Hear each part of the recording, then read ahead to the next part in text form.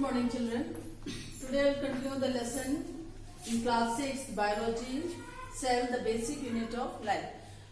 In the previous class I have already explained you what is cell. Cell is the fundamental unit of life, means it is the structural and functional unit of life. And today we will study the structure of the cell. Here I have drawn the structure of the cell. The outer membrane of the cell is called cell wall. You can see in the last layer, outermost layer, which give protection to the cell, that is called cell wall. Inside the cell wall there is another layer, we can see it is called cell membrane. And the function of cell membrane is that it allows only the selected material to enter inside the cell. And it is a living structure, it is elastic, and that's why it is called selectively permeable membrane, because it allows only the selected material to enter inside the cell. Now we come to the another, inside the cell, inside the cell membrane we can see some jelly-like substance, and this jelly-like substance, these are called protoplasm. And this protoplasm contains cytoplasm. Also, this is also some liquid solid like material which is present inside the cell membrane. And inside the cytoplasm, the different cell organelles are present. This will study in this chapter the different functions, structure and functions of these organelles. Now, we come to, if we talk about the function of cell wall, actually its structure means it is the outermost layer, as I have told you, and it is a non-living structure which is made up of cellulose.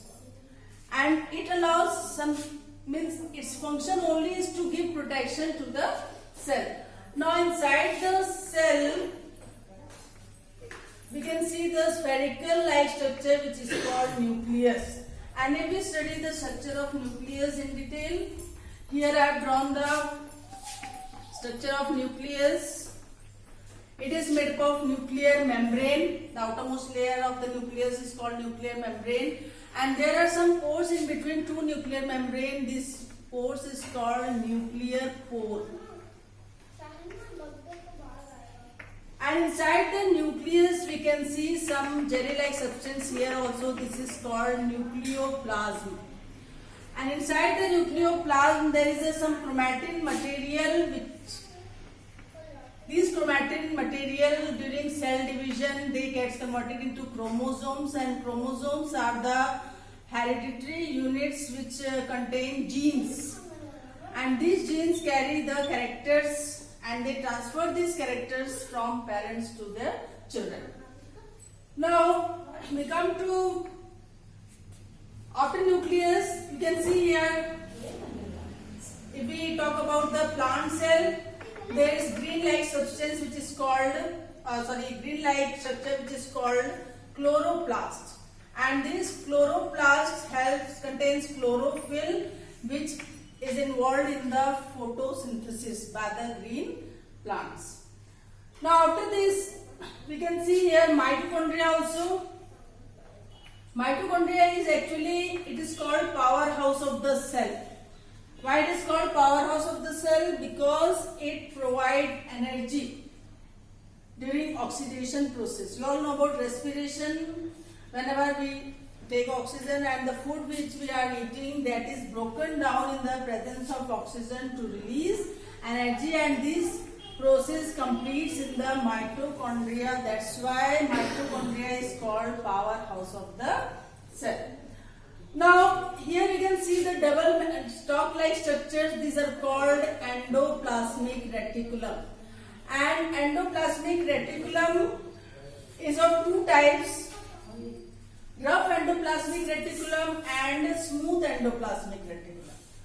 If we talk about the difference between smooth and rough endoplasmic reticulum, so rough endoplasmic reticulum has some granule-like structure attached to it, and these granule-like structures, it is called ribosomes.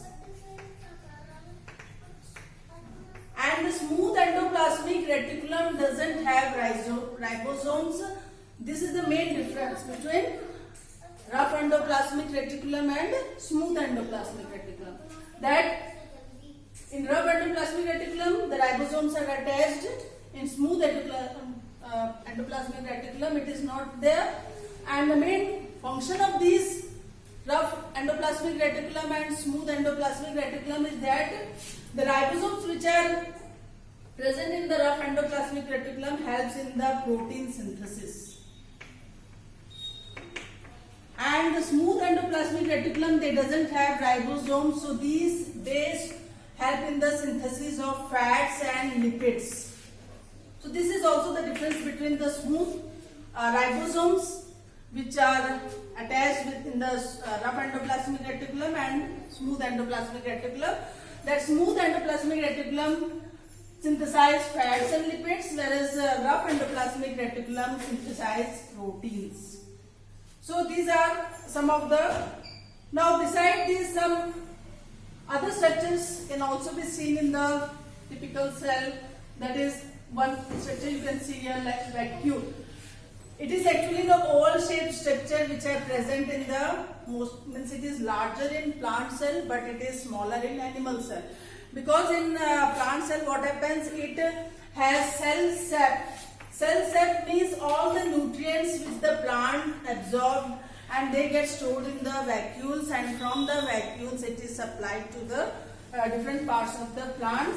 This is called cell sap. Whereas in animal cell, they doesn't have any cell sap. Means the vacuoles which are present in the animal cell, they are smaller in number and also fewer in number. So these are some of the organelles which I have discussed now, the structure of the typical cell. In the next class, I will explain you the other organelles which are present in the cell and their structure as well as their functions. Thank you.